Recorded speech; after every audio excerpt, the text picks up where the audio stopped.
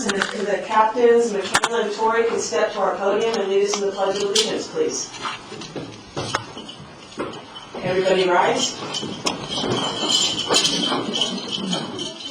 Put your right hand over your heart and face the flag. Ready? Begin. I pledge allegiance to the flag of the United States of America and to the republic for which it stands, one nation, under God, indivisible, with liberty and justice for all. Thank you, ladies. And we can start with roll call. Commissioner Garcia? Present. Commissioner Grace? Here. Commissioner Johnson? Present. Commissioner Khan? Present. Commissioner Queskin? Here. Commissioner McCain? McCann. I'll get it right yet. And Chairperson Weinstein are all present. The first order of business is a special presentation of the Public Safety Ticks Vector Control presentation.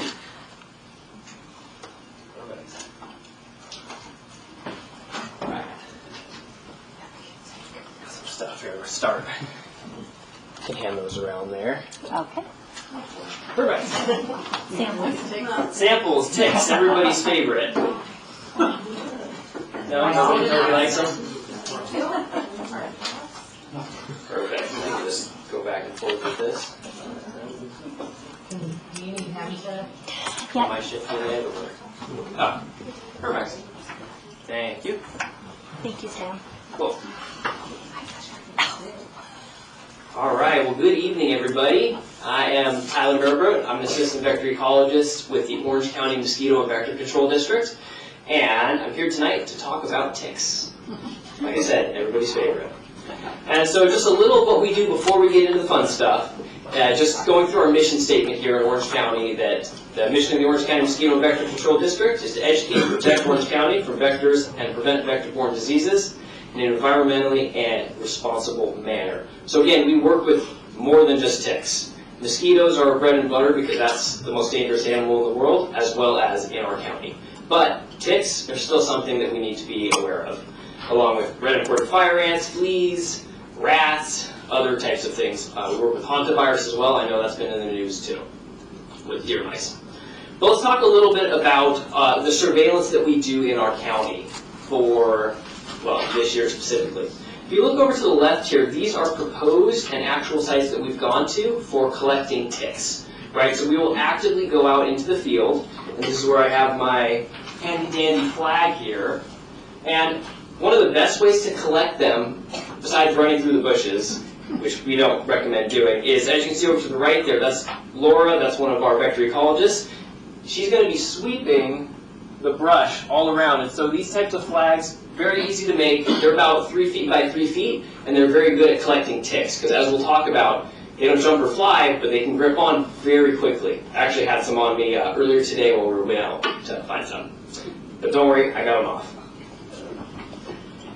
So just looking back at the last 3 years, again, it's a partial year of data, but we have from 2022 to 2025 up till, as you can see, the 2nd of this month. We've gone from 283 ticks that we've collected to 187 in 2023, 2024, 410, and this year we've already collected 1,040 with less attempts going out into the field. So this year has been an anomaly for the amount of ticks we've seen countywide. Not just in San Clemente, but everywhere, right? Not every site is inundated, but there are quite a few more than we've seen in recent years. So let's talk a little bit about kind of where we go in San Clemente, because again, we showed you those sites, or I showed you those sites that we do around the county. These are some of the areas that we've worked through on the 25th of March. Again, working with our flags, going around and sweeping and flagging for them.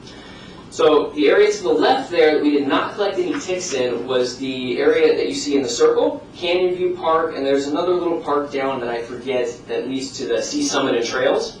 I'm forgetting the name of that one right now, but we did sweep that area with our standard allotted times and didn't collect anything, which is cool. That's what we're looking for. But over to the right is a different story, right? This is one of our historically positive sites for Lyme disease as far as in the ticks, right? No cases, human cases with that.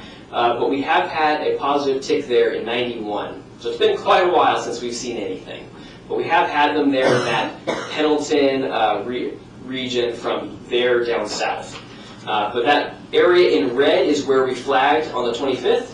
We only collected about 12 ticks, which is not too many, right? We had a site, a month ago or so, where we collected almost 800 ticks in a very similar amount of time.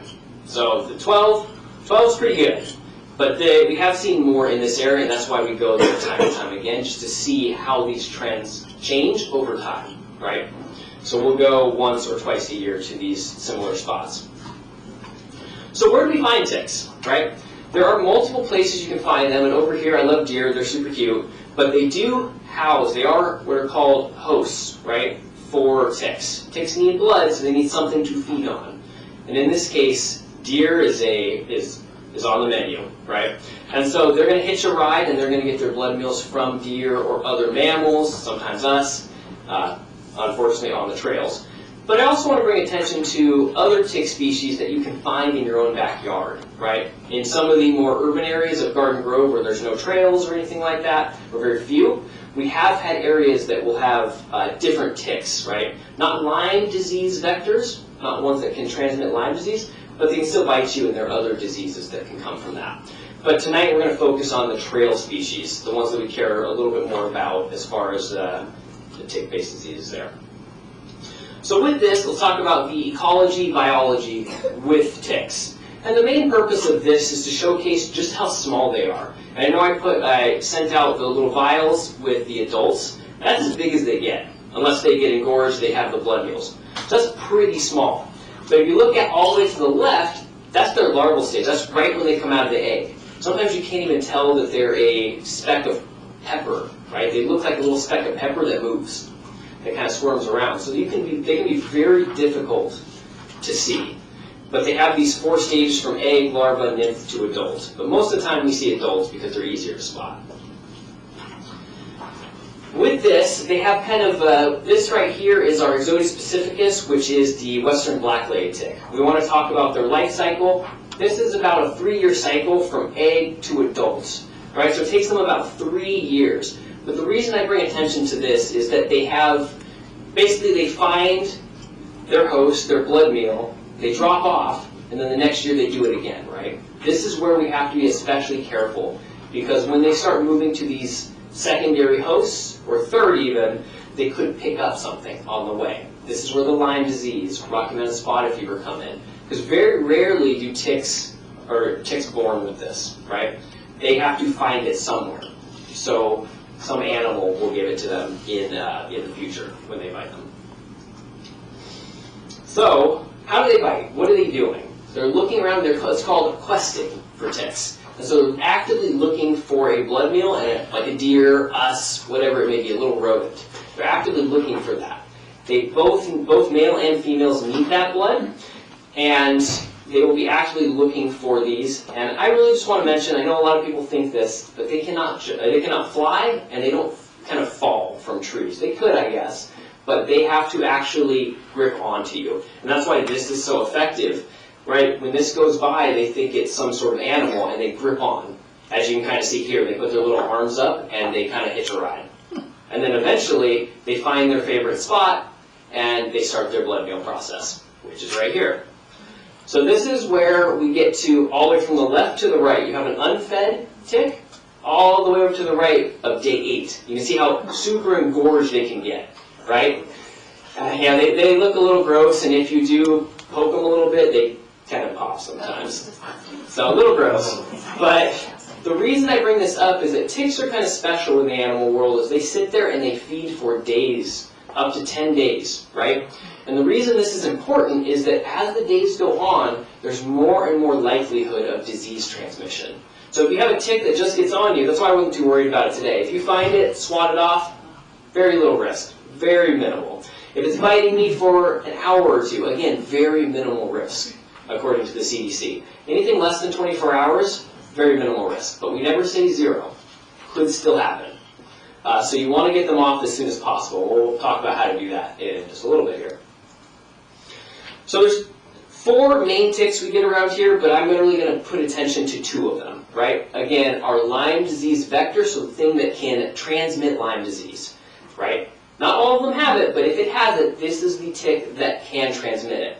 The ones that I've sent out to you guys, those are the second tick we're going to talk about in a second here. Those ticks do not transmit Lyme disease, this one can. And so these are the ones that we're looking at in particular. But the cool part is, they only consist of about 10% of the abundance that we collect. So 1 in 10 versus the others that I showed you there. The others are about 9 in 10. So that's pretty nice for us. Whereas up north, Northern California, and back east, that's not quite the case. So we're a little lucky here. This is the other tick that I showed you in the little vials here.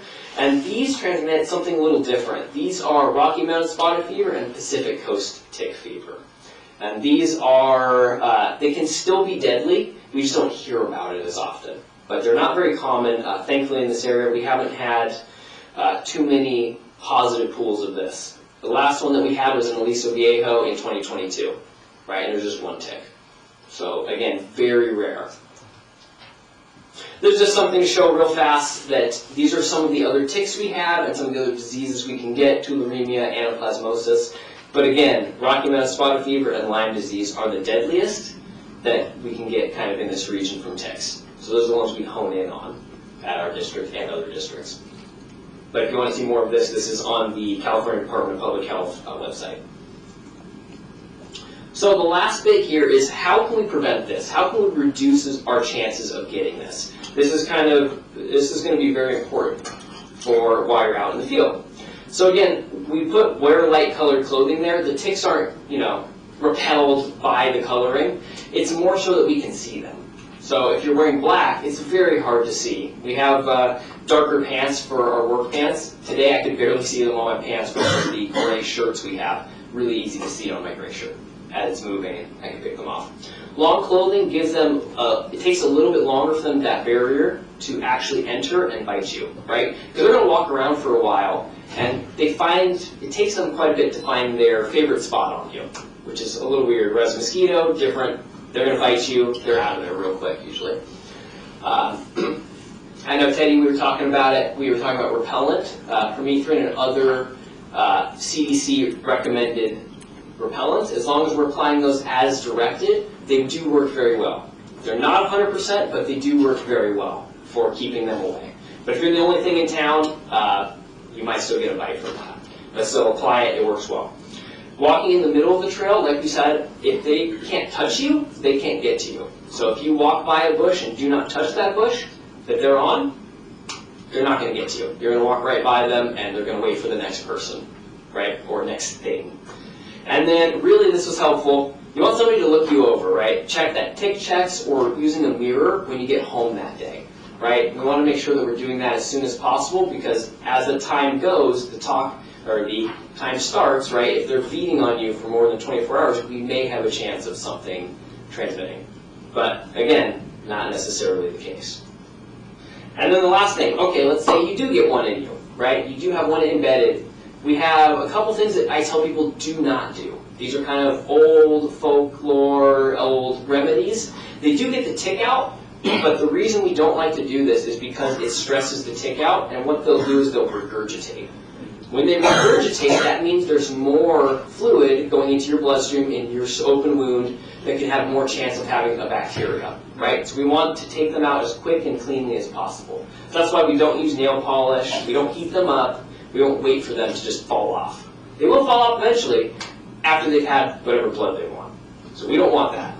So we want to take them out using these are readily available on Amazon, they're little kind of spoons even, where you'll just find a tick, you go right there, and you plop them off, right? The main thing with this is you don't have to handle them because they can still have bacteria. We don't want that on our hands. And it also just puts it out, and you can now safely put it in a bag or a vial, whatever you have on hand to then hold on to it. Or the good old-fashioned forceps or tweezers, right? You're going to go to the very base where the head is, grab the head, lift right up, right? We don't want to grab the body because then it's going to detach the head. If you leave the head in, it still has a chance of giving you more. As people do all the time, unfortunately. So yes, we have that. And then the last thing here, just to talk about with removal, is that just because a tick has a virus or bacteria, usually, just because they're positive for something, does not mean you're going to get it, right? We hear that all the time, but the transmission is not 100%. It's always a numbers game. So just because they have it, there's more likelihood, of course, but that doesn't mean you will get it. So we can go, the next steps for this could then be to then take that tick to your medical doctor or a lab like Quest. We unfortunately don't do any tick testing from the public.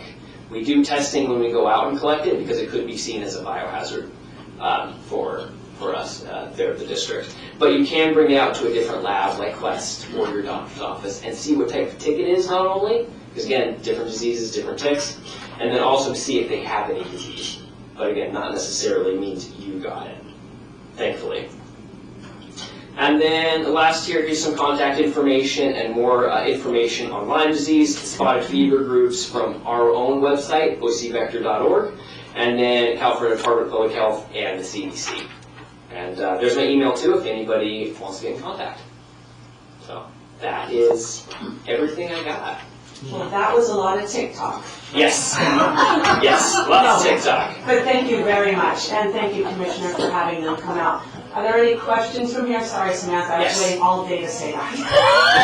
I don't want to steal your thunder then. Off the mic.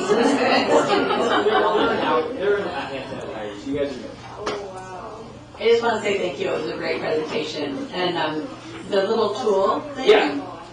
what's it called on Amazon? So this one is just the tick check. And so there's a couple different types out on the market. The tick key was the first one that kind of does this concept of plop, you put it under and then pull up.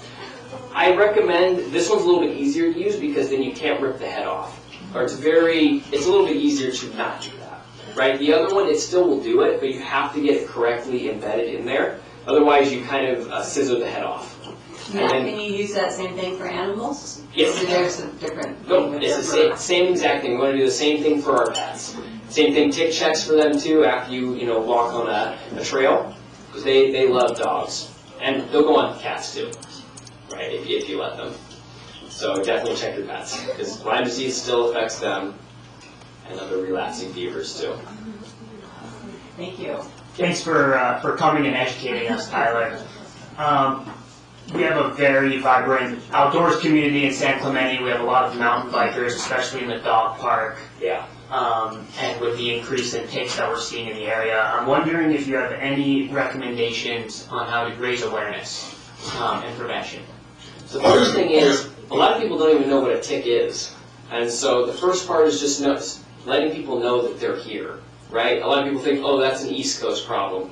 And it's very much so. They have the East Coast Lyme disease and other relapsing fevers over there. They're inundated with that well over the mosquito diseases. It's a little flipped over here. But it's just, first of all, letting them know we have it. And the second thing is just, what do you do? Or first thing, know we have it. Second thing, look, right? Actually do a check. So I know even people I work with, they like to kind of fast past that and then they go, oh, I found something a day later or whatnot. So we're trying to take that moment, take the 2 minutes and really check yourself. And then who do you talk to if you need to talk to somebody, right? Where do you need to go from there? Because we've talked to quite a few doctors at our district and they don't even know where to do with Lyme disease, or they've heard of it, of course, but a lot of the infectious disease doctors don't really handle that around here because it's not that common. So they'll be calling us about it some of the time. So just testing, if you need to get it tested, but really just understanding it's here, I would say. Just signage around parks, things like that. Because unfortunately, it's something that we can't just use pesticide in all of our forests, all of our trail areas. It would be bad for the environment. It would be, there could be other ramifications for it. So we don't want to do that, and it doesn't control them well. East Coast can tell you that from experience, right? They do targeted control, which we don't really need to do that here as far as our populations are concerned. There's not as many. So, thankfully. Maybe in the future, I don't know. We might see more, but we'll just have to wait and see. I can just tell you what we have, data we have right now. Yeah. Thank you again. Thank you.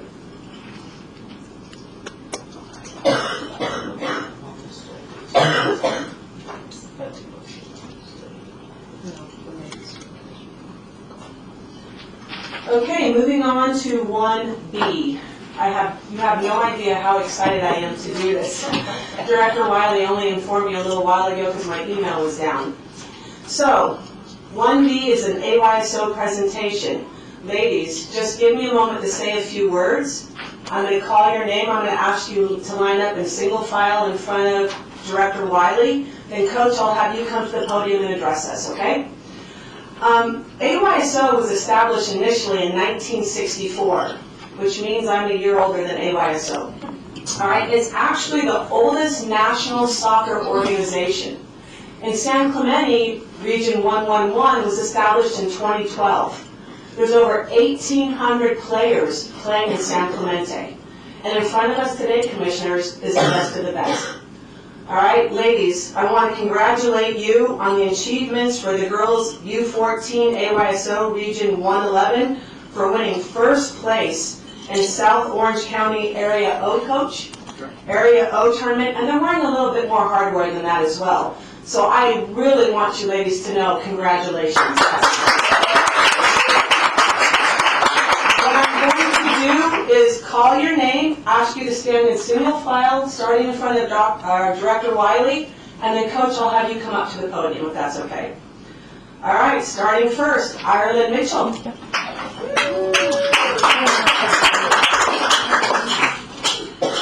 Next is Tori Lee. Hold on. She's done alphabetical order. I think you all can hear me. I tend to have a coaching voice. Next is Cassidy McMillan.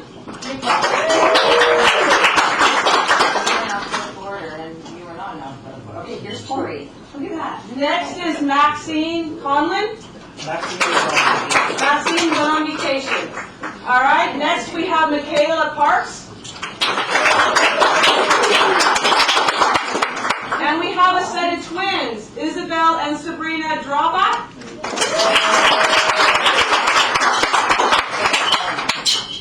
Now we have Anna Lavine. On vacation as well. Hadley Roberts. On vacation. On vacation, it's spring break. Helen Sheck. Kayla Gibby.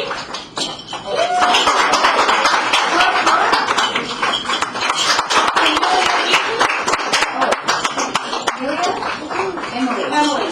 Sorry, look at that. Emerson Raymond. On vacation. And that leaves Evelyn.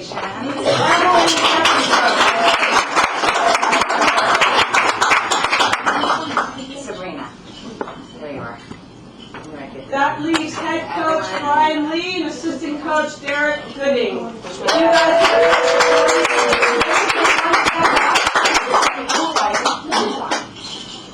Amelia is a soccer person, so when she says those things, she really means it. She knows the importance of this. Let me get the rest of them before you do a picture. Kayla. Anna. Not here. So while they're representing Region 111, Area O, Section 11, I'm the former Section 1, Area B, Region 779 coaching administrator. I'm still coaching clubs, so I'm very impressed. And I'm still coaching girls, so anybody like, I'm just kidding. Helen. There we go. Everybody got this, Brian? There you go. Here. Thank you. There you go. Thank you. And if the coaches would like to address us? Maxine's not here. I think they're. A few not here this evening. Good evening, City of San Clemente. My name is Brian Lee, head coach, assistant coach Derek Gooding, San Clemente AYSO Region 111. U14 girls, Area Invitational League champions, Area 11O All-Star champions, Section 11 League champions, Section 11 All-Star champions, and Western State's second place finalist. I stand here in front of you this evening as the head coach, the regional girls commissioner, a referee, but most importantly a proud parent to say thank you to Mayor Knobloch, city council members, city manager Hall, Beach Parks and Recreation Director Amelia, and Beach Parks and Director Samantha and city team members for tonight's ceremony and honoring the team for their unbelievable soccer season. What should have only been a 3 months commitment of regular soccer play found its way week over week, month over month, for the season finally coming to an end March 16th of 2025. The U14 SC Quake represented the city of San Clemente by participating in the normal fall 2024 soccer season, where the impressive record of 9 wins, 0 losses, and 0 ties, 49 goals scored with only 1 goal allowed against them, secured their advancement to the South Orange County Area Invitational in December of 2024 with a 3-0 tournament win. The same team represented San Clemente as a U14 All-Star team in January of 2025, again winning the area tournament as All-Stars and securing the city's first U14 Girls All-Star area title. The team was invited to participate on the next step of their journey as they now will represent the greater Orange County section in this past February of 2025, where they battled and fought and won both league and all-star sectional tournaments. Again, for the first time of San Clemente, be a team to secure a win in both tournaments. Last month, San Clemente SC Quake U14 girls team ended their fall 2024 season as they represented San Clemente in the final tournament of the fall season, Western States, where they were hosted in Corona, California, being a top 4 team representing their section and to battle it out. Our girls proudly battled and ended their fall 2024 season as the second best team in all of the West Coast and could not be any prouder of them. And now we sit here this evening wearing 6 medals, being honored by our very city that we live in and being recognized for the outstanding commitment to the sport of soccer, the love of the community, but most importantly, the friendships they have formed for being a team that will never quit. On behalf of AYSO Region 111 San Clemente, a 100% volunteer-based program, and the parents here in this room, we congratulate you for an amazing season, and the invitation that has been presented to San Clemente, as they will represent not only our city, but the program this summer at AYSO's National Games to be played in Irvine, California this July. We thank the directors, the city members, and the mayor for this amazing opportunity, the love and support that they have shown our team, and in normal soccer tradition. 2, 4, 6, 8. Who do we appreciate? City of San Clemente. Thank you.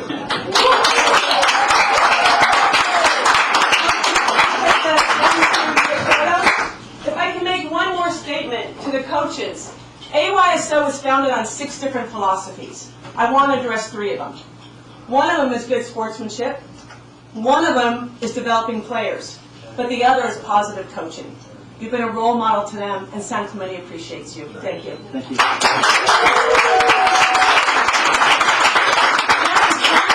Don't be shy. I have till 9 o'clock.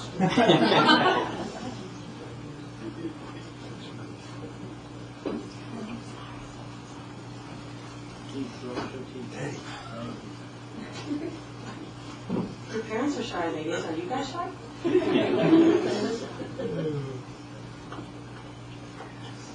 we get it all?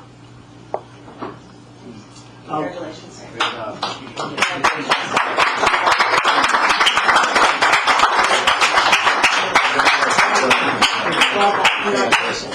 Congratulations. Congratulations. Congratulations. I want to cry.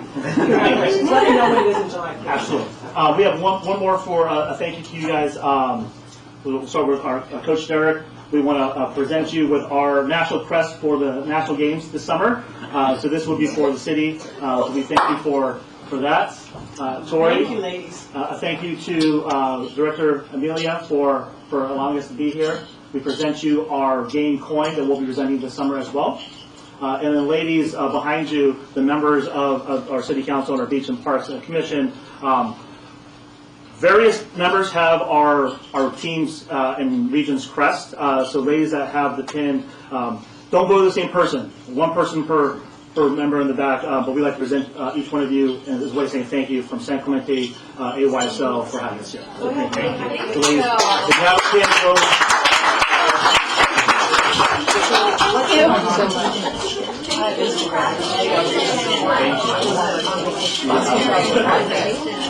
Having 14 for my very attention. Alright?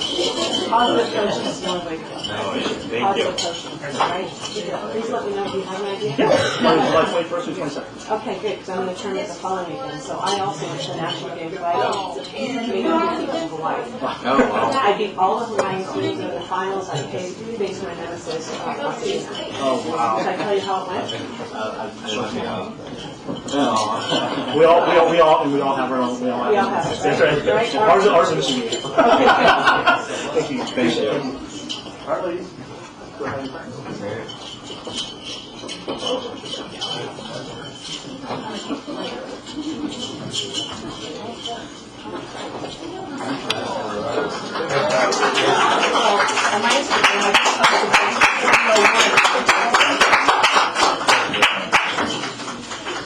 Okay, I guess we have to go back to the meeting now. All right, so item 2B is approval of the minutes from February 11th, 2025, Beaches, Parks, and Rec Commission meeting minutes. Motion to approve. Do I have a second? Is everybody in favor? Aye. Oh, no, Ed has a comment. Mr. Scott, could we make sure that that resolution is just attached to the minutes as a matter of record?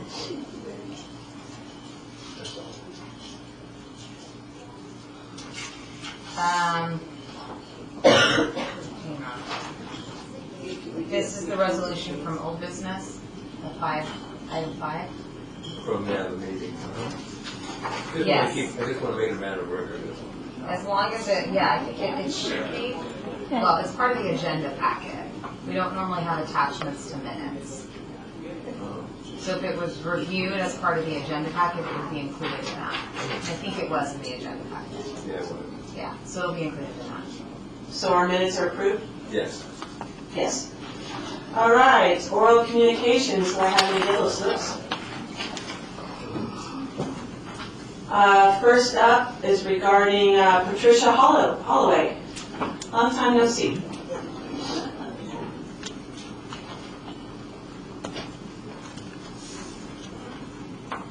Well, I am proud to say that I was on the first women's soccer team at UC Davis. So that was way back when, so it was my pleasure. Soccer's just a wonderful game.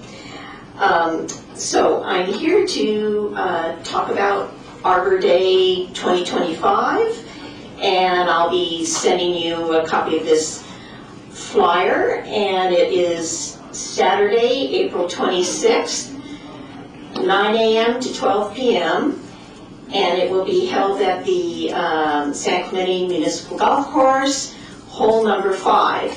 Now, on the flyer that the city put together, they gave the address of the clubhouse, the golf course clubhouse, but hole number 5 is actually at the very southernmost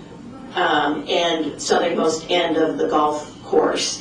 And so the best way to get there, which I will include in my email to you, is to, well, maybe all of you are familiar with it. I'm not a golfer, so I wasn't, but you just, down El Camino Real, left on Avenida San Luis Rey, and it just winds down to the end of the golf course, and it'll be evident. And we'll post signs directing people, even if they do go to the clubhouse, we'll have signs taking them above the golf course down to San Luis Rey, or directing them along San Luis Rey to the hole number 5. So we'll be planting about 15 to 20 trees, maybe more, as in years past.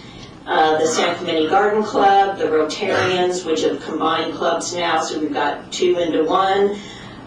The Citizens Climate Education, the Kiwanis Club, hopefully, and 2 clubs from San Clemente High School, the Environmental Hiking Club and the Rotary Interact Club from the high school will all be there helping us, shovel dirt into the holes. The city's going to do the main excavation of the holes, for the trees.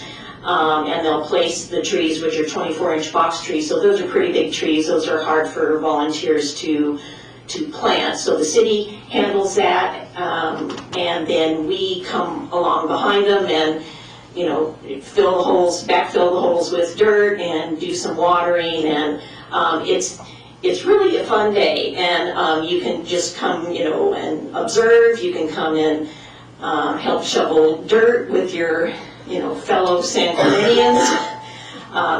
So anyway, I hope you can join us. Thank you so much. Yeah.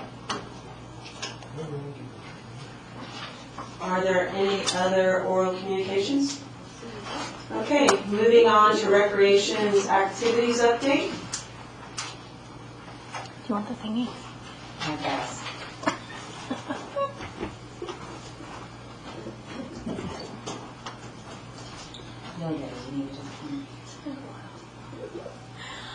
Okay, good evening, Commissioners. I'm Samantha Wiley, the Beaches Parks and Recreation Director. A couple things since we last met. We had our fishing derby. Believe it or not, this was our slower time of year. So we had our fishing derby at the end of the pier. We actually had over 200 anglers register this year, which is really exciting. That's a record for San Clemente Day.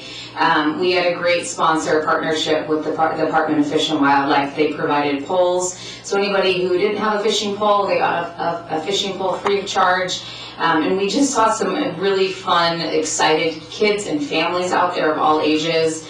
They had a big competition. I saw one young girl try to pull up a really large fish, and she needed help from an adult. So just in general, it really captures San Clemente. I mean, what is meant to be the municipal pier for fishing. So if you haven't been able to attend that event, we do it annually. It's always on San Clemente Day, which is the last Saturday of every February.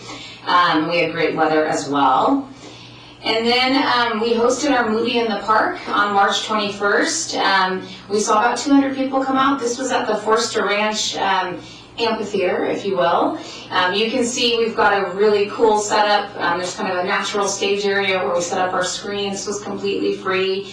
We encouraged folks to lay down their blankets, bring out their chairs, and just enjoy a movie out in their park.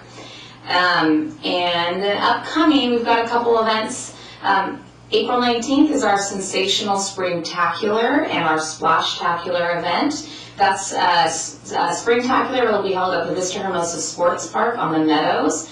There'll be a large egg hunt. Our spring bunny will be there taking photos, lots of games and activities. The egg hunt is sponsored by the Friends Parks Foundation. And then coinciding with that, right after, we will be doing Splashtacular at the Aquatic Center from 12 to 4. This includes recreation swim and our very unique, one-of-a-kind, nowhere else in the area, underwater egg hunt. And Snorkel Bunny will also be there. So if you haven't had a chance to visit that event, certainly we encourage everybody to come out and see it. It's very fun. And we do, there is not candy or toys in the eggs. We have to sink them so they can go redeem their eggs for some prizes at the end. And then we move into May. We've got Cinco de Mayo on Cinco de Tres. It's always the first Saturday of every May. But this is the 35th annual event for this. So we'll have, as we always do, entertainment, lots of activities, family-friendly event. The beer garden is again hosted by the Friends Foundation. The proceeds go to benefit the Parks Foundation, and we've got all kinds of other activities. This is a great partnership with a lot of different organizations in town. And then San Clemente Police Services is there also handing out information and has a great presence as well. And then we will round out May before summer, and we'll have our Memorial Day observance. We do host 2 Memorial Day observances, just so the Commission and the public remembers. The first observance is the city-sponsored event at the Community Center at 11 a.m. And that is exactly 1 hour long on the grounds, again, completely free. And then there is a event held at Park Simplify that starts at 2 p.m. And again, another about a 1 hour event, and that is hosted in co-sponsorship with the city and the Heritage of San Clemente Foundation. That's it. Any questions? Okay, moving on to old business. All not sure what our old business is at this point. We have none. So let's move on to new business. Item 6A, a pilot program for temporary community street banners.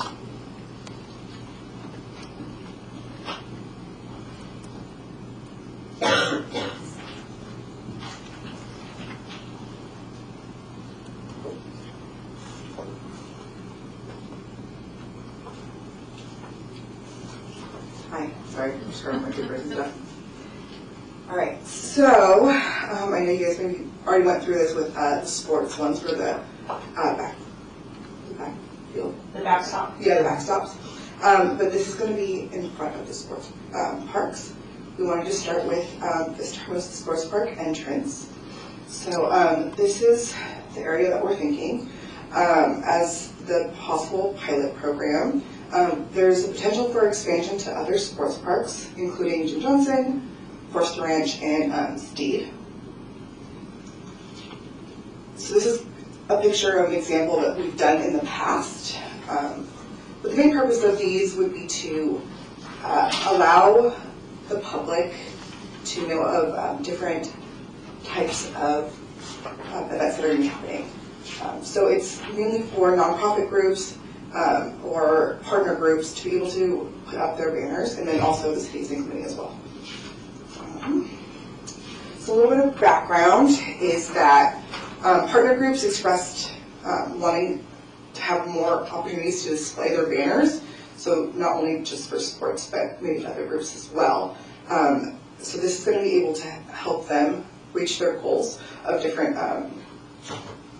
areas that they could also put banners. We wanted to do it in a very high impression area. So this Hermosa Sports Park would be a great space. So an example of the type of traffic that you're looking at for that space would be specifically that Target sees about 84,000 people a month. So that's a pretty high impact. That's not including who's going to the sports park or who's going to be driving through. So this location is strategic specifically because of the impressions, and also that it's going to be helping the sports groups who are asking for it specifically. When I did write this program, I started doing research in other cities and agencies that are similar to doing similar things to what we're looking at right now, which included Rancho Mission Viejo, Santa Margarita, Ladera, Laguna Niguel, Lake Forest, Costa Mesa, Laguna Beach, Irvine, Lake Viejo, Newport, and Dana Point. I also reviewed our current program for what we have that's similar right now, which is over El Camino Real, which is also a high traffic area for us. This will be a little more, relevant for a lot of the sports groups, but not only for that, but also for the events that we're going to be having at the Meadows or other partner programs. So maybe like the Friends Carnival would be another option, would be as a potential banner that would be going up. So these are the proposed locations. Each of them will have two potential ones that you guys can pick from. Option one is the one that maintenance and our staff are thinking would be the best, because it would be hiding the poles a little bit more. And then option two is a little more to the side of the,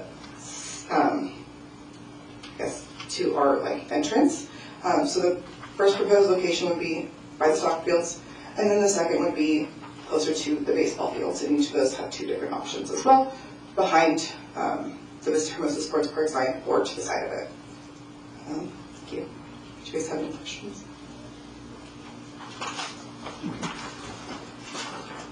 Thank you very much for your presentation. Yeah. How big are these banners going to be approximately? Yeah, so they're going to be 24 square feet. How much? 24 square feet, so that's a 6x4 space. They're not going to be super huge, but it will still be enough to impact. To give you kind of a reference point, the one that we have right now for El Camino Real is 100 square feet, and that's over the entirety of El Camino Real. So we want something a little smaller than that, obviously. So if you could have another visual other than the one at Forster Ranch, this is intended to kind of mimic what you see if you drive down Antonio. towards Ladera Ranch. Ladera Ranch community typically has two vinyl banners stacked on top of each other in some of their bigger intersections. The city of Dana Point also has it at Golden Lantern and Del Avion as well. As Allie mentioned, we know that there's a lot of vehicle traffic through the Mr. Hermosa Sports Park area, and this has been an ask of some of our partner groups for additional advertising. And instead of seeing a whole bunch of lawn signs pop up at the corner, we're hoping that this is an avenue to streamline some of the signage and the messaging, and kind of a very clean look as well. If we find success at Hermosa and we're getting good feedback and we're not getting complaints from the public, we would look to expand to just a couple of other key spaces as well.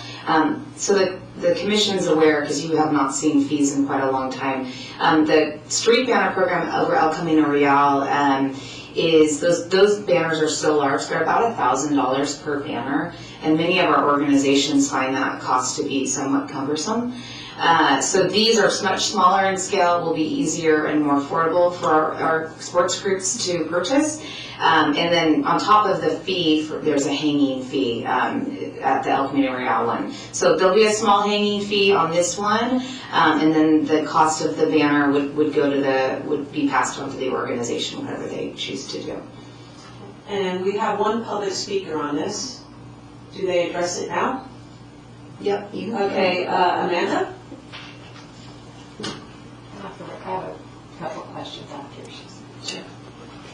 Hi, I wasn't prepared to speak on this, but I know as a candidate, I'm trying to run an ad in the San Clemente Times, an eighth of a page, or an eighth is like 153.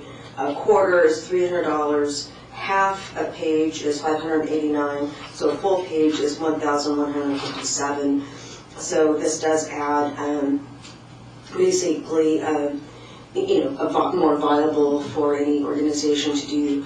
My only concern would be just the blocking of the entrance. Maybe it could be on the side to where, if someone goes, where's the Vista Hermosa Sports Park, and it's obstructed from the view. And like right now, I could see that where that could be obstructed, one of the signs there.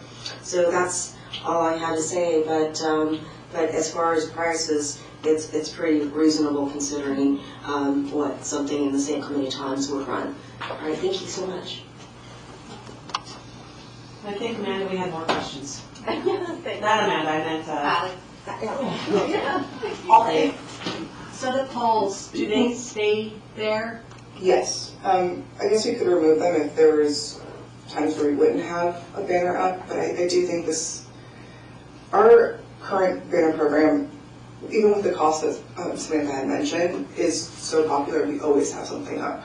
I don't think we wouldn't not have something up, especially with the amount that sports groups or the amount of events that we have, specifically in that Vista Hermosa Sports Park location. I think it's highly popular, and just I don't foresee us needing to take them down, if that makes sense. So they would be up for baseball season? Well, it says 2 weeks max, and you can buy, it's initially 1 week, and then you can buy an additional week for $25. So if there were multiple events going on, we would stack 2. We would just stack 2? Is that the maximum? Correct. So So first come, first served, there was more. We'll try to work it out. Currently, what we do is we take into consideration the event that they have, or their registration or something along those lines, and we're looking at the dates that are going to be closest to that, and we'll try to slot different banners accordingly. And the frequent renters, we do typically reach out to them ahead of time as well. Would there be, so this isn't just exclusive to sports though, like it could be something like the Friends or Pure Pride or something like that, kind of thing coming up that wanted advertisement? Yes, but it would have to be something that is open to the public, so it needs to benefit the community at large. Got it. Specifically. If I can say, Commissioner Grace, you bring up a good point. We don't want to have a couple of random poles just sitting there.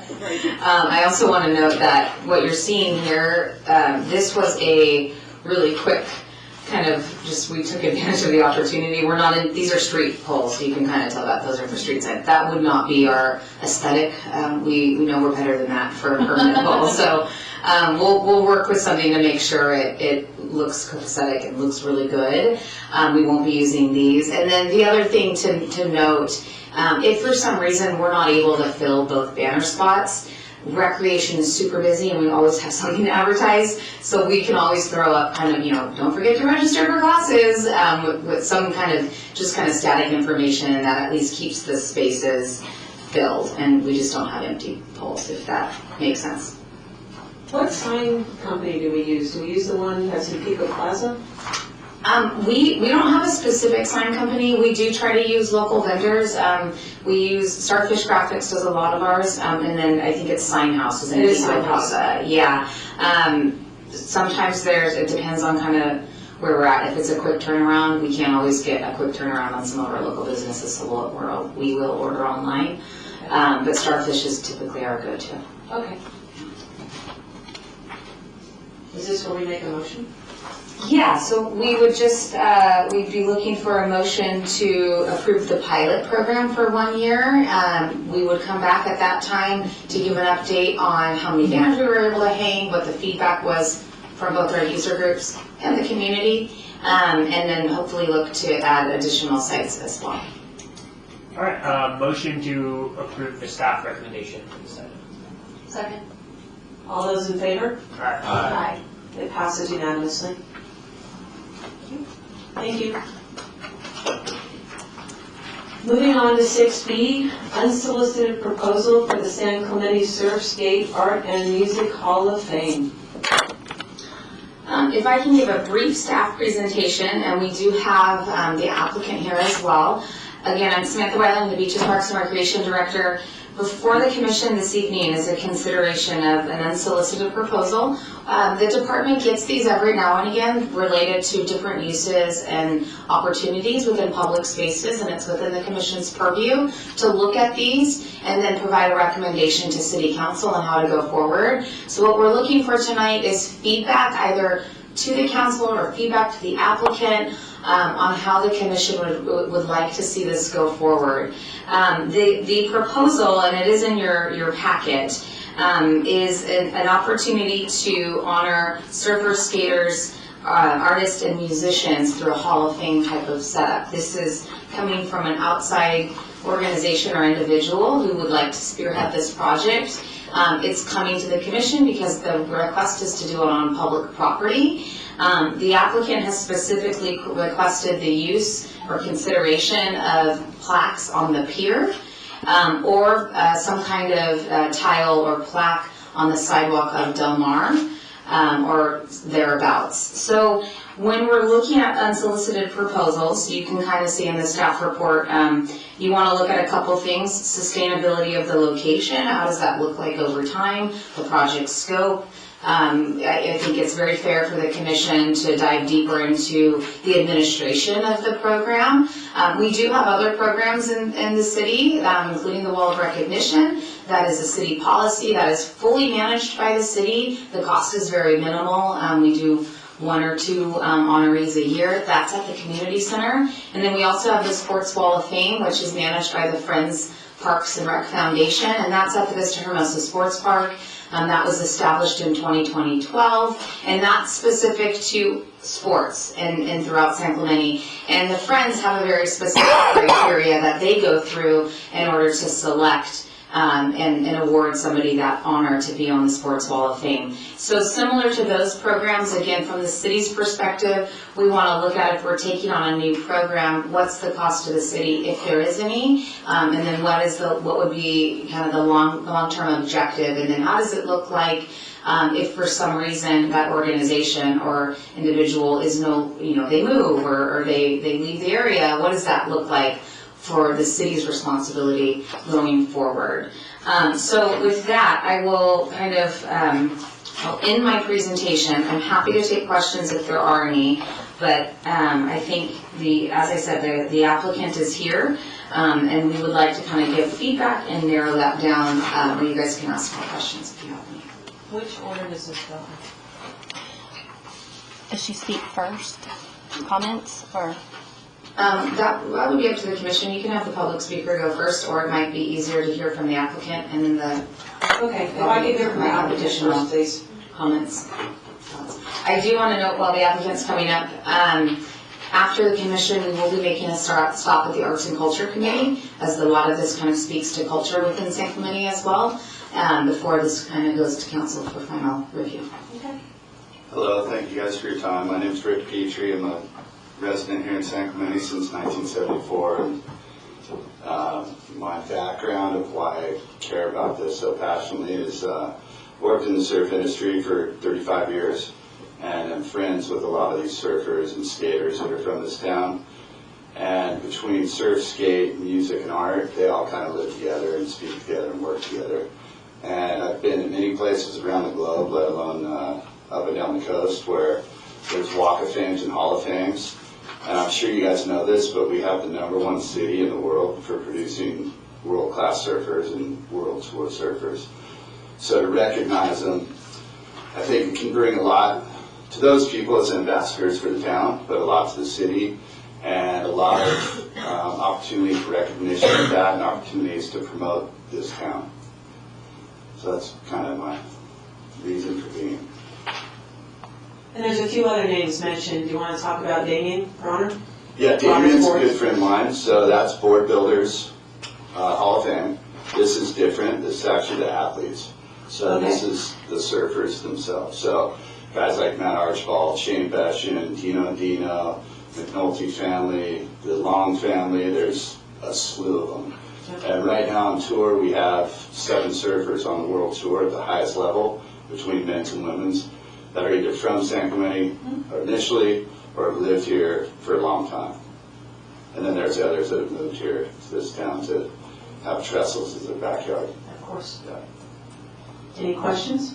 Yeah, so if you are doing 10 inductees a year, how many years, I mean, obviously, people are always going to be born and in the ocean and whatnot. We're continually going to be doing this. How long do you see this going until you run out of space? Because 10 is a lot. Depending on which presentation you got, when Samantha and I spoke, we went from 10 down to 4. Okay, we got the 10 one. So that, two surfers, 1 skateboarder, wait, is that right? 2 surfers, 1 skateboarder, 1 musician, 1 artist, so it's 5. Okay. Sorry, I got cut in half. Okay.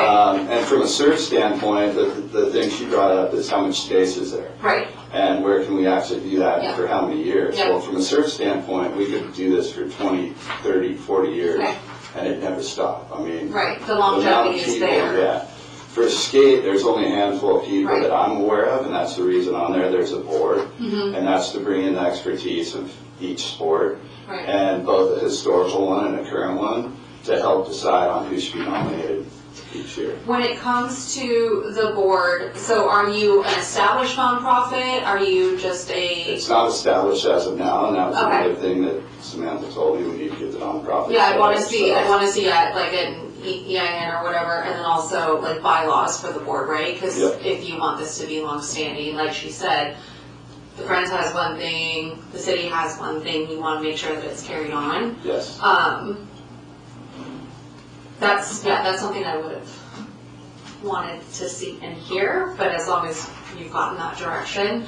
Because I like the idea of it. I do think it kind of touches, crosses the line a little bit with the Sports Wall of Fame. So I would like to see a little bit more with specific to surf. Like, I just think it needs to be refined a little bit more. Especially too with the music and whatnot. Do we have a lot of people? Do we have someone for the next 10 years that could be in that one category? Or like absolutely. It's cool. So what level of celebrity, I guess they are, and the criteria for measuring each one. And that would come in the bylaws and exactly. or whatever that you come up with. But we have so much historical music in this town. Right. It's funny, the guys, Owen and I can't remember the other, Kevin from OC Tavern. I went in there when I was probably a little premature to be going in there way back when in high school and whatnot and after high school. And, there's bands playing there all the time. Right. And there's bands that were really good and they weren't globally known. Very few bands are globally known, but there's a lot of really good music that comes out of town, and it's really exciting to me to see right now when you go into different bars in San Clemente. 5-10 years ago, there was not that much live music playing, and now it's everywhere. And I think it's developing and nurturing that culture so that we can be known for that, you know. And I look around, like Dana Point's doing a really good job of redeveloping Dana Point, in my opinion. And That's why I'm going back to Daniel Bronner and Rhythm and Resin. Went from San Clemente down to Dana Point. yes, So, I'm aware of that. I'm friends with Damien. But still, the Surf Builders Hall of Fame, Surfboard Builders Hall of Fame is, the Surfboard Ghetto. So, that's where that's going to be. But for me, it's San Clemente and building the bylaws to make sure that this can live beyond me. Right. Doing this Structure. 100%. I don't want to be the guy walking up and, presenting Well, this all especially the too, time. if you're wanting you know? to put it on, either the pier railings or Delmar Street, I would personally suggest staying away from the pier, just because we don't know what Pier Pride is planning on doing. Like, we're gonna redo the top, that's coming in, but also we've watched the pier once before. Maybe a couple more times. Well, it'd be awesome to do it down Delmar Street. I think. But then that, to Samantha's point, brings up the fact who's going to maintain it, how are we going to actually put that in there, where on Delmar? Is it gonna be, you can't be on the side of buildings, how is that gonna look like? Again, I really like the idea, I just want it fleshed out a little bit more, but like a mission statement for the nonprofit, I want to see just a little bit more. But I think you have a really good idea, and I think you've got a good foundation to go from, especially like with the people that you do have on board and whatnot, because I agree with you, it's just another special, it's another thing that makes us special. And I do like the recognition, and people aren't always visiting Vista Hermosa the way that they are visiting Delmar. Or the pier, but again, I would suggest staying away from that, especially because Pier Pride wants to redo the front, I just wouldn't touch it. we have a public speaker. And I would like to make a plug for more women to be on. I just noticed the examples. We have that. So we have categories for surf, just because there's so many. Whoops, I'm sorry. Yeah. There's big wave side of things. We have some amazing big wave surfers that are from this town. There's women's, obviously, and there's kneeboarding, which kneeboarding's not even a thing anymore, but there's some historical kneeboard people, and there's bodyboarding. So there are other areas that should and will be considered, and again, that's where you get the board together and everyone talks about it. There's so many more women in the sport than there's ever been, too. There absolutely should be. I agree with the challenge there. Thank you. Yep. We have a speaker for 6B, Amanda.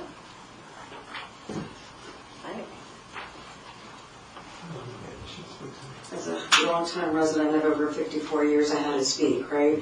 And some of the names are friends of mine that went to high school with, and I recognize Paul Pontius, Ward Gonzalez, and others, and I know Shane Besham was recognized in the Huntington Beach Walk of Fame, and his mom was a teacher here at Capstone Unified School District at BAMS, and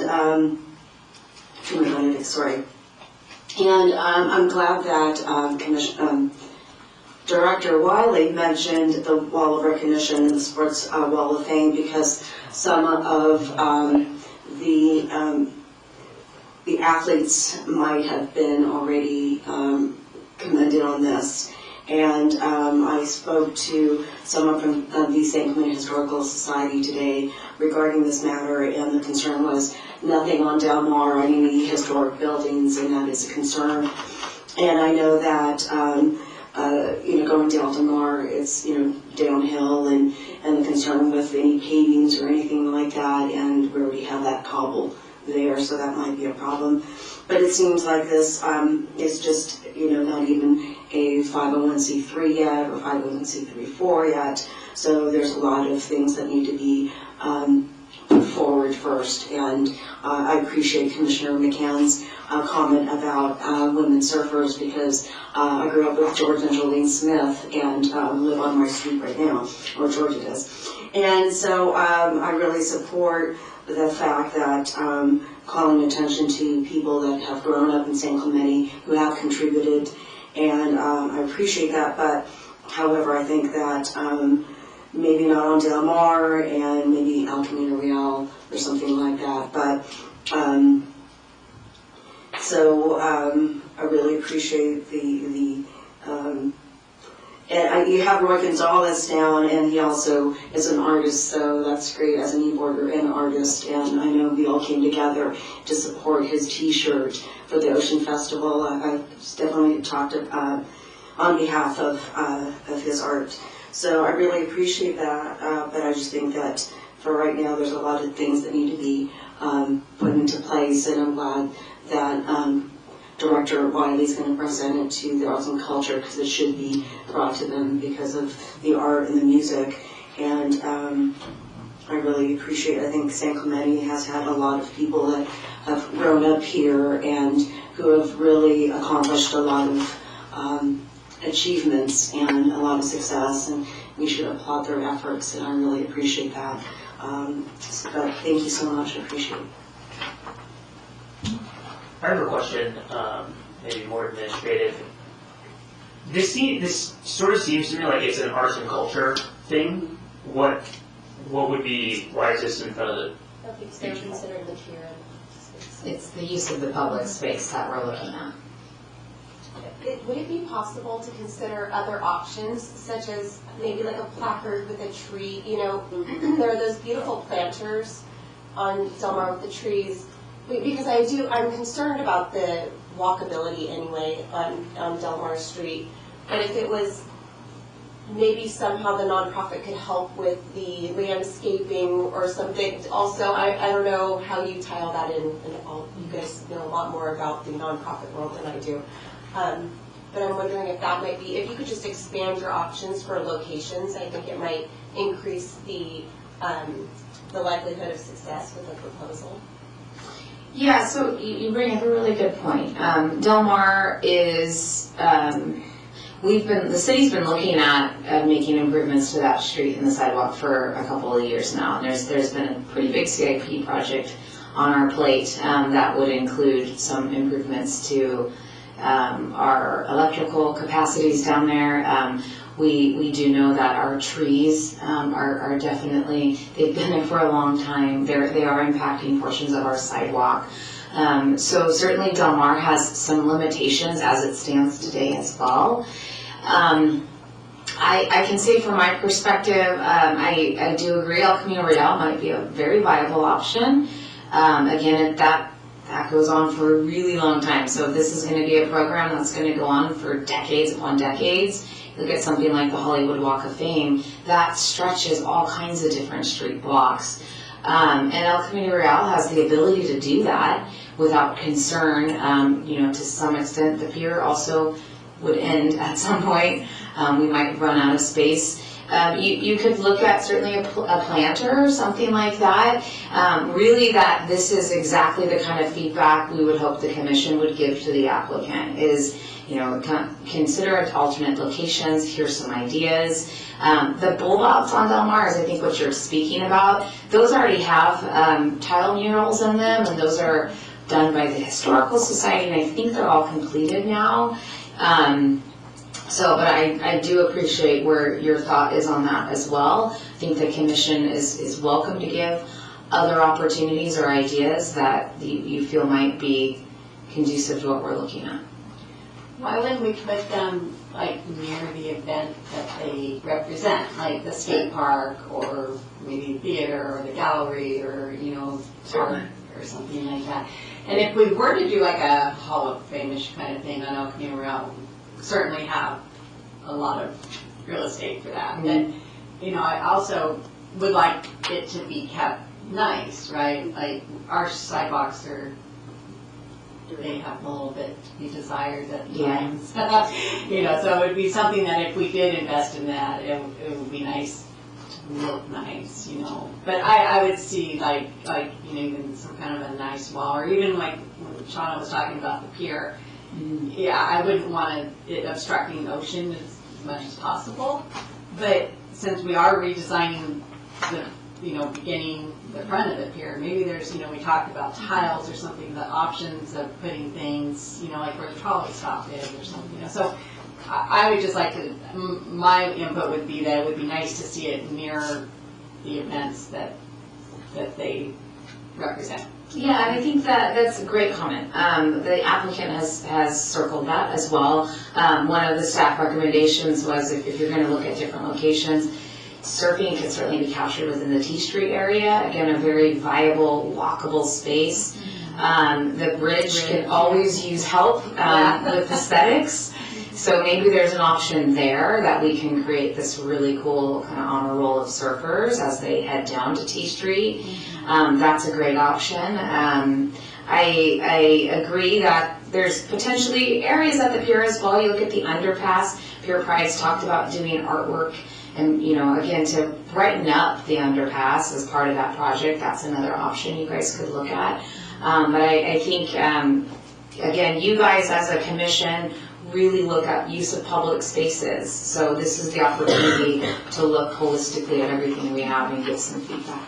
So at this point, do we ask them maybe to come back with a more defined proposal? That's what I would motion, to a more defined proposal, a nonprofit. I want to see a mission statement. I want to see like an actual board set up, and even to like, if you're doing like applications for nominees or how you're nominating people, what that would look like, or once you're nominated, are you on the board? Is there a commitment to be on the board? I'm sorry. Can you briefly articulate that, a motion?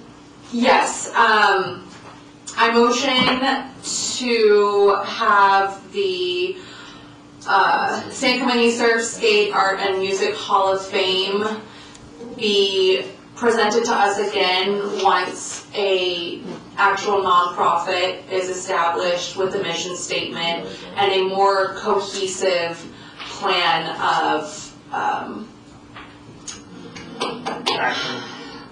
plan of action and execution. This is an awesome project. I'm surprised we haven't. I was making a motion. Can I get a second? Yeah, you're gonna second it? Okay. All those in favor? Aye. Aye. Now you can speak.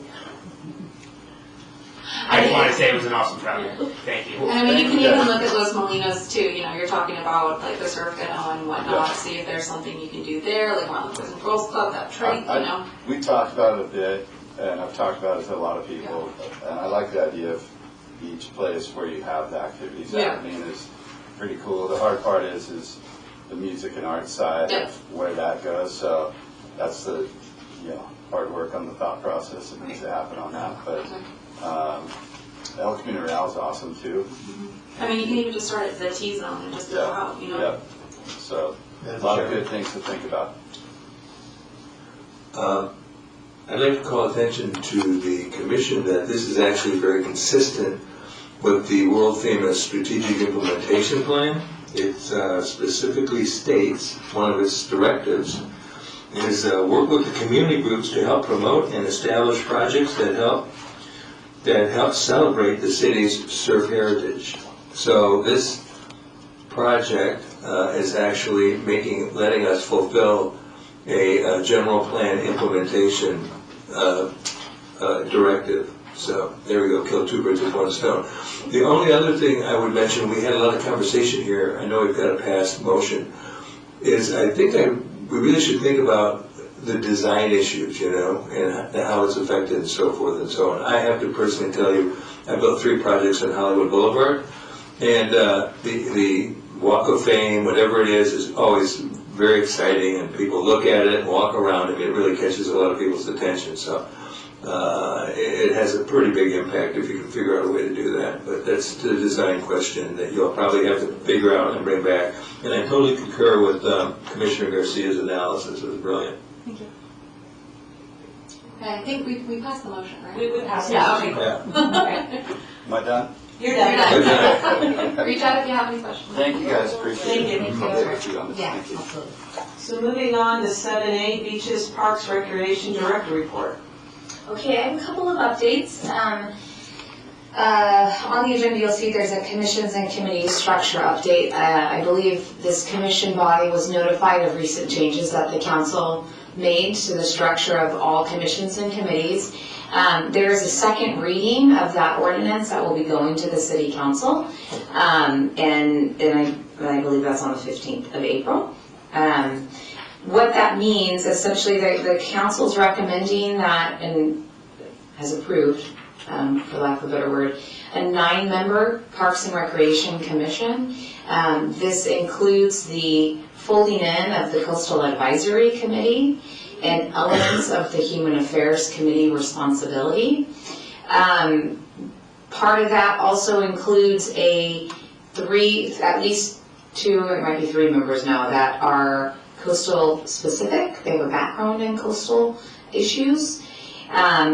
So come July 1st, as Coastal Advisory will sunset, we will have 3 Coastal Advisory committee members join the commission, and then we'll fill vacancies from there. We have 3 vacancies opening up on this commission as well. So you'll see information coming from the city clerk on that. Are there any questions on that? Where are we gonna sit? Yeah. We need 9 people. We haven't gotten that far. So, I know that the city had a special meeting about this. I remember that, but I didn't follow up with it. So, we're saying goodbye to Human Affairs and Coastal Commission committees, and we're just gonna become more robust? Is it still gonna be 2-year terms and same appointment? Yep, all that stays the Different same. meeting times, I think. No, the council's recommending staying every other month, so 6 times per year. I could foresee that as we take on more items, that maybe there's special meetings that are called, which could happen. Right. I want to say that the human affairs component is really specific to the social services grant. So when somebody, we have social services grants that are managed through the community development department that are part of the community development block grant program. And typically, we've seen Human Affairs Committee, 2 members are appointed to that, and that includes a council member typically as they go through the grant applications. So part of the commission's responsibility is now to appoint a commissioner to that, to work with community development. And then the same thing will happen. The Public Safety Committee is being retitled to the Community and Safety Committee, something to that extent. It is escaping me, but it's getting rebranded with a focus on public safety certainly, but also the other tasks that Human Affairs was looking at to include homelessness and those objectives. So with that would leave the Arts and Culture Committee will stand as is. It will be going to a quarterly meeting. The Golf Committee meeting will stand as is at quarterly as well. And planning. Planning Commission, there are no changes. They are looking at refinements to the Design Review Subcommittee, which is also a subset of planning, but they'll be looking at that more closely at a later date. So will this committee stay at 9 forever? It would stay until the council decides to change. So I mean, since they're merging with us, when terms are up, do we fill those seats to keep the 9, or do we stay at 7 and? Yeah, you would fill until, so right now the intention is it's a 9-member commission, and that's gonna be written into the code as that. It's a lot. It's a lot. It's a lot, and it's a lot of different topics. Part of what I found our success was separating beaches from this committee. It made it easier, so. I can't imagine how this commission would accomplish its various responsibilities meeting every other month. And we've added the beaches, the coastal committee as well. I mean, again, I've gone down this rabbit hole of the strategic implementation plan, and so much of it involves the beach. I mean, the sand situation and so forth and so on. You can't address that effectively. I know we have a beach czar. You can't effectively address that every other 6 times a year. I just think that's administratively and from a management perspective impossible. So I'm going to, individually at least, unless the commission would concur, I'm going to strongly urge the council to basically have this expanded commission meet monthly. I don't know how you could do your business every other month with the addition of the beach responsibility, which is in-depth in a very complicated situation. And we have a public speaker to address this item. Amanda? Didn't realize that this was going to be the topic, and I did speak at that city council meeting and regarding the Coastal Commission combining with Beaches, Parks and Recreation Commission, and it was decided that there was going to be 3 people with coastal experience. And so there were people that did speak that are on the Coastal Advisory Committee previously, and I was the only one that spoke. And actually, there were 2 other people that spoke regarding the Coastal Commission, the Coastal Advisory Committee staying as it is, maybe possibly going to 5 committee members, and they also, at the city council meeting, they talked about term limits for all commissions and committees. And so that was another thing that was talked about. And the only reason why I wanted to add that was that that's something to think about. And I know that during the last Coastal Advisory Committee meeting, one of the committee members said that he was going to be going away for 6 months and he wasn't going to sign up. And that's what happened before, when there was a delay for the Coastal Advisory Committee to start in 2023, and they didn't start until January of 2024, so they only met a couple of times outside AB 1234 training and AB, I can't remember the other training. And so this person said he's not going to sign up and didn't. However, it just comes back to show that, that a lot of people put in a lot of time and a lot of dedication and going out to the community, doing research. And that's something that was emphasized by the city manager. That's not, not to say that anybody hasn't done their work or anything like that, but the emphasis was that there was an appreciation for all the work, but it was just a lot of time to staff to have these commissions and committees, and that's why they wanted to do every other month or go to quarterly like the Arts and Culture Committee. But I appreciate everybody that comes and applies for the commissions and committees that are on these, because it does take a lot of time and energy and commitment to do that. So thank you. Thank you for your time. Thank you, Amanda. Thank you. I have a couple more updates under my report. I want to announce that on April 26th, we'll be doing a grand opening and ribbon cutting ceremony for our pump track. Very exciting. Big project. It's coming to completion. April 26th. Of course, the commission's invited and encouraged to attend, as well as the public. Staff are working closely with our project's partners and sponsors, including Shimano, the Friends Parks Foundation, and the Orange County Mountain Bike Association. We are really trying to highlight the incredible industry of the San Clemente bike community. And by industry, I mean we actually have a lot of businesses that are very much bike-centric, and that is their focus. So you'll see local businesses in action. They'll have booths out there. We're going to have the first ride of the track will be done by world champion Ryan Gilchrist.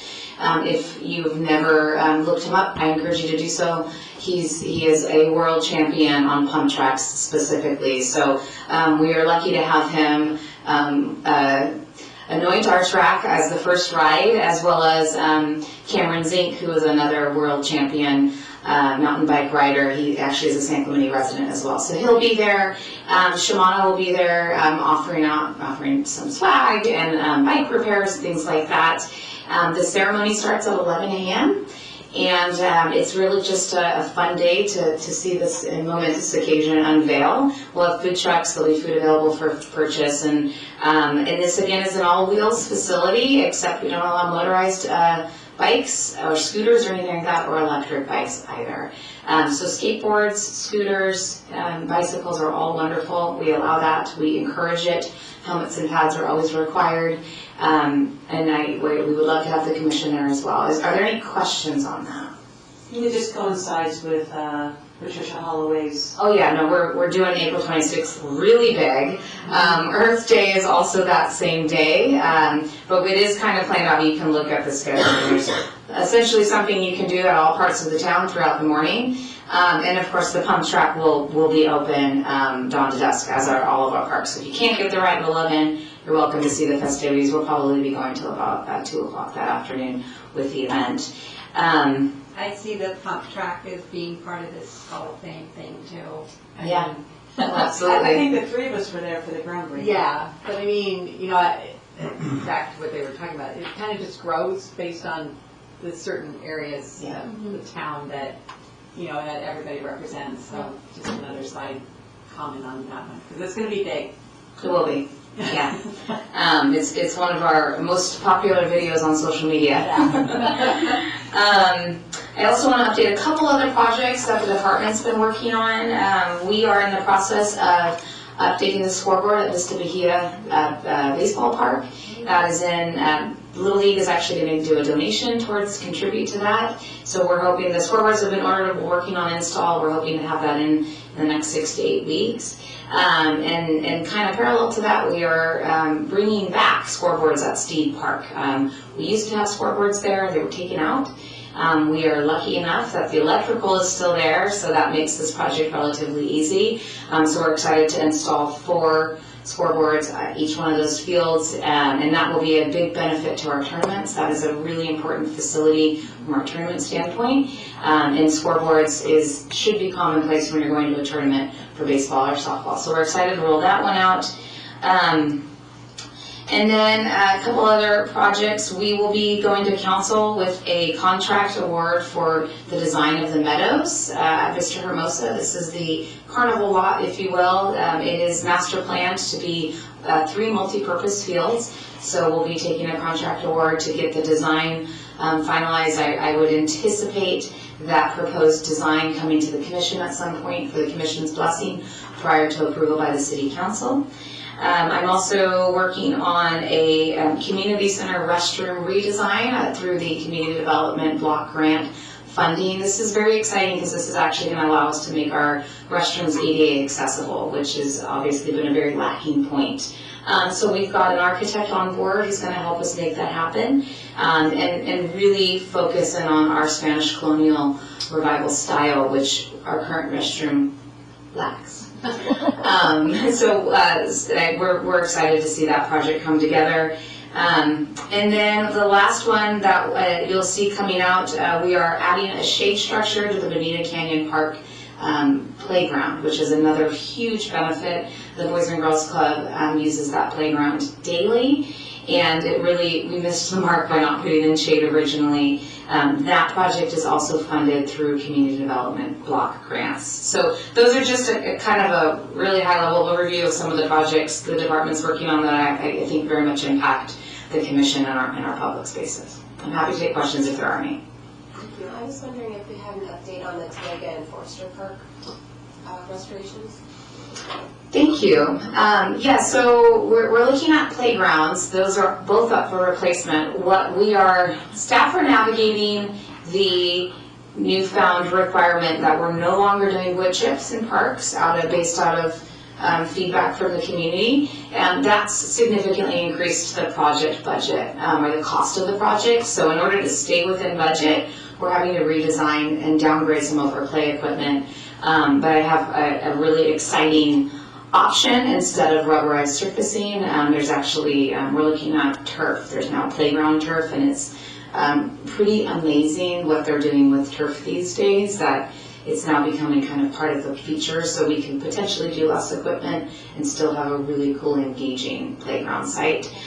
So I'm hoping to have some kind of update and preliminary design in the next 6 months to the commission, but I'm always hesitant to bring an amazing playground that's way over budget, because I don't want people to get their hopes up. So I kind of slow down on that one. Any other questions? Yeah, what, the multi-purpose field design for the Meadows will address whose use? Is our little rugby friends gonna have a spot? It will just be a multi-purpose field. It is not artificial turf, and it can be conducive to whomever needs a field. So football, rugby, lacrosse, soccer. And did you say it's gonna be natural grass? Or? Yes, it'll be natural grass. Okay, do we move on to 8A, subsection Aquatics Partnership Policy and Subcommittee? This is still a work in progress for us to have an update, hopefully by the next meeting. Perfect. We're waiting to have a meeting with the involved stakeholders, so SCAT and the water polo people. Okay, and that will get into our summer hours then probably, right? What do you mean? Because our next meeting is June, Yeah, so you'll meet before our next meeting. that's the goal. We're waiting to hear back from them. I mean, the policy goes out for bid, but in the fall. Yeah, they'll go for partnership agreements, yes. Item 2, Special Events Subcommittee? Nada. Gracias. Item 3, Funding and Sponsorships? Yeah, so Commissioner Conlon and I, we're looking at doing a fundraiser and for competitive sports, and that would be a race at the pump track once it's open. So we've been working on that. Okay. Moving on to item 5. Okay, we have a speaker for the Maxburg Plaza Park policy first, Miss Amanda. If I can say while Amanda's coming up, I want to say that we won't have a full recommendation this evening. The subcommittee has met and they can give kind of a general overview on what they did, but we did not include a report because staff were not comfortable with the length of time for public noticing. Based on feedback, we wanted to make sure people were very aware, not just a day's aware. So we're hoping to bring a full staff report from the subcommittee to the June meeting, just for full disclosure. I came here and I thought, oh, well, it's changed. But I just wanted to say that after the Maxburg Park policy usage meeting, I was informed that there was a social media post, and it said that we love your voice at city council meeting, at the city meeting regarding Maxburg Park Plaza Park. I'm just paraphrasing. And it says, right now, city bylaws don't allow organized activities in Maxburg Park, but we're pushing to change that so we can bring more after-school programs, events, and positive community use to the park. And there is, activities that are available there at the park, such as the Fun on the Run, which includes soccer, flag football, dodgeball, capture the flag, kickball, wiffle ball, relays like potato, sack races, lawn games, cornhole, spike ball, giant Jenga, giant Connect 4, giant chess, and water games such as water balloon toss and other crafts like slime, bead jewelry, paper masks, and others. So they do. There's a group of women that go and do Pilates. People come and do volleyball, and they are stopping at 10 p.m. now, and I know that was a concern that was brought up. But one of the things that was mentioned, and I want to thank Commissioner Johnson for bringing up the gentrification of Maxburg Park, because that was raised by a couple people, and I didn't raise it, but other people raised the concern of criminalization of Maxburg Park to the point where you're going to push out the Latino community. and that is a concern, and I hope that that doesn't happen, because it is a diverse park, and we need to be inclusive. And I know one of the things that which Director Wiley did, I'm really glad she did have signs for this meeting in Spanish, and I'm really glad that she did that, because it was one of the things that I saw, and I thought, okay, that needs to be in Spanish to be inclusive. So I really appreciate that. And I think that it became more of a public safety kind of meeting versus more activities. So, I have a petition already for the traffic that was already done prior, and now it's going to be amended to include the other section of Anthony to Aragon. But I just wanted to mention that as well. Thank you, and thanks. Do you have an update? I guess we'll wait for the next meeting, right, for the update, but thank you to Julia and Alexandra. They did a great job setting up, and I'm really excited to share all the feedback that we got. I have a question just about general proceedings. I think that is such a good point about accessibility to our meetings and our content. Is there a requirement for translation for the community in certain languages? It's a little bit out of my realm of knowledge. Our website is translatable through Google, though, and we are going through a full website update in the next several months that will make it new and improved for accessibility as well. When it comes to postings and things like that, we often try to accommodate bilingual postings wherever we can, if it's a flyer or I know I'm based on some feedback from our neighbors. We're at Maxburg, we're going to look to add the park rules sign in Spanish as well. So, from the department side, I'm more than happy to look at case-by-case basis for postings. But the website is translatable through Google. But we're not aware of any, in public education, which is my realm, if the population, there's a 15% or more population of a certain language, we're required legally to translate certain notices. But probably a city attorney. Yeah, I don't know. Yeah. I can't speak to that. Google Translate is awesome. I'm hiring a lot of people over in Mexico City, and we get all their resumes in Spanish. It's like, boom, just takes 2 seconds. So I think that's more the way to the future, I think, too. It's like, it's becoming so handy with our phones and stuff. It is. So it's great. Moving on to item 8B, the Peer Pride Foundation. Yeah, last month they had a strategic planning retreat at Sonance hosted there. Basically, it was the wish list of what's going to happen in the next few years. Unfortunately, I was unable to attend because I had a last-minute work emergency. So there is a meeting on Monday, so I will get some updates on Monday and have some for your next meeting. Perfect. And now for item 8B2, proposed agenda items. I'm not really sure how to frame this. How would we make some action on getting these signs? The vector control. Is this a city council? Do we need approval from them, or can we just go ahead and start pushing? You can see what you're pointing at. Some sort of TikTok. The TikTok. Come on, that's really money. That was good. I mean, you gotta look at budget too and think like monetary and all that. And signage. That's what I mean, like if a sign needs to be redone, how you're gonna. Yeah, it doesn't necessarily need city council approval. If it's informational and coming from the vector control, I can look at it doing at the staff level.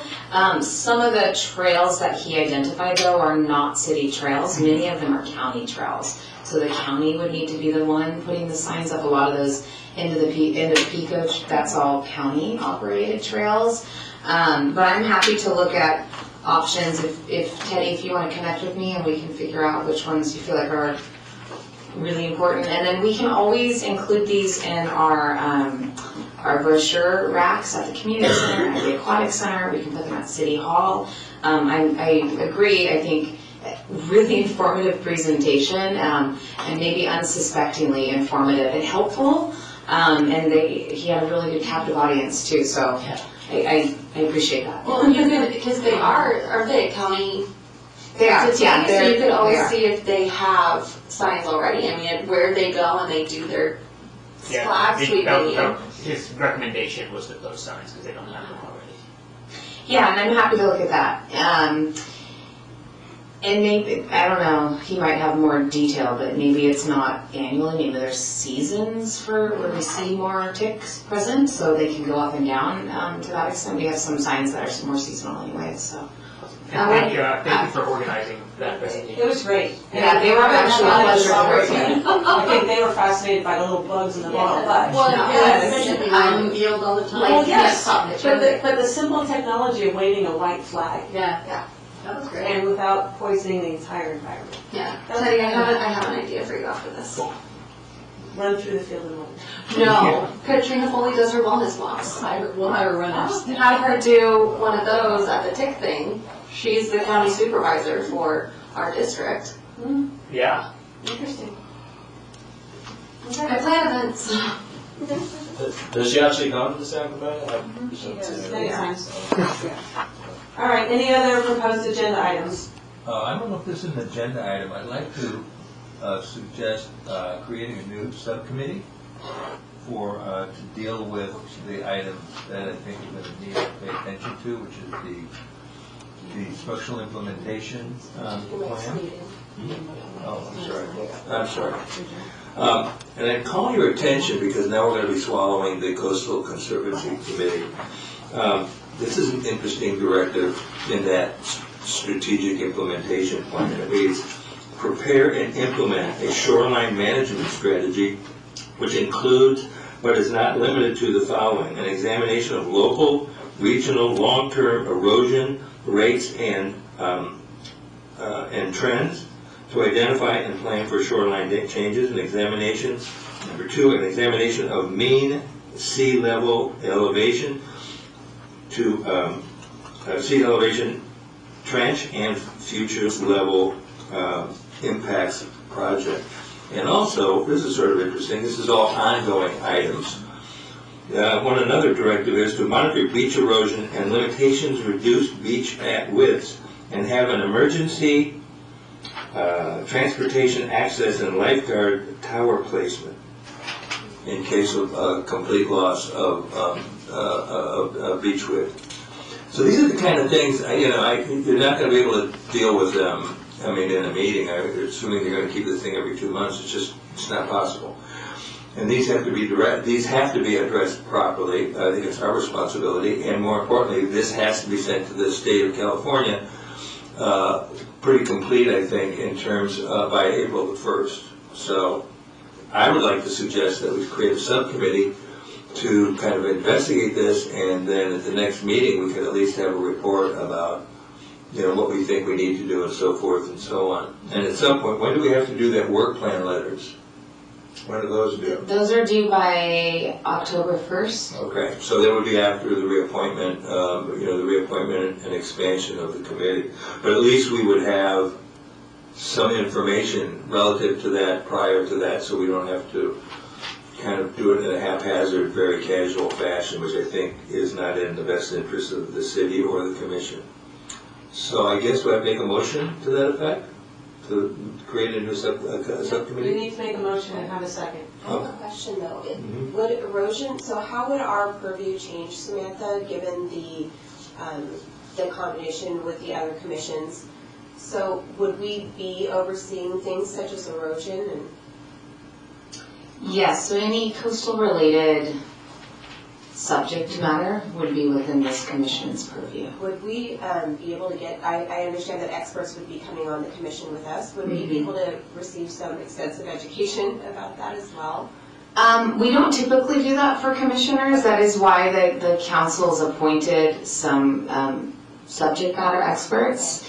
I also want to note that any kind of topics coming to the commission are going to include a staff report, and they're typically done by our coastal administrator. And she's going to have done all of her research and really try to tee up the best recommendation possible. And then if there's questions, I'm happy to field those or collaborate with her ahead of our meetings. And that wouldn't start from start? And that wouldn't start until July. That's correct. So now, are you hinting the subcommittee's best formed after July 1? I'm feeling like it, to me, it feels maybe a little premature until we know. Well, and I want to also add on to it everything that the OCTA just, what the emergency grants or whatever that they're doing to add all the rock, right, with the rubble. Do we know about that?